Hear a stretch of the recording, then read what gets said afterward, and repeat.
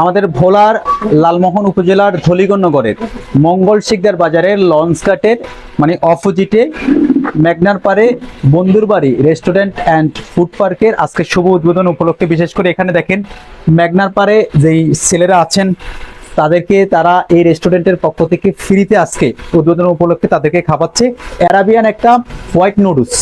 বিসমিল্লাহ করে নাও। হ্যাঁ, হাত দিয়ে ধরো। হ্যাঁ, ভালো লাগে ধরো।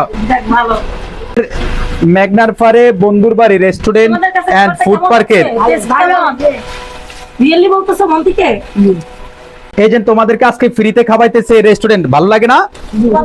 দোয়া করবা তোমরা, কেমন? জি।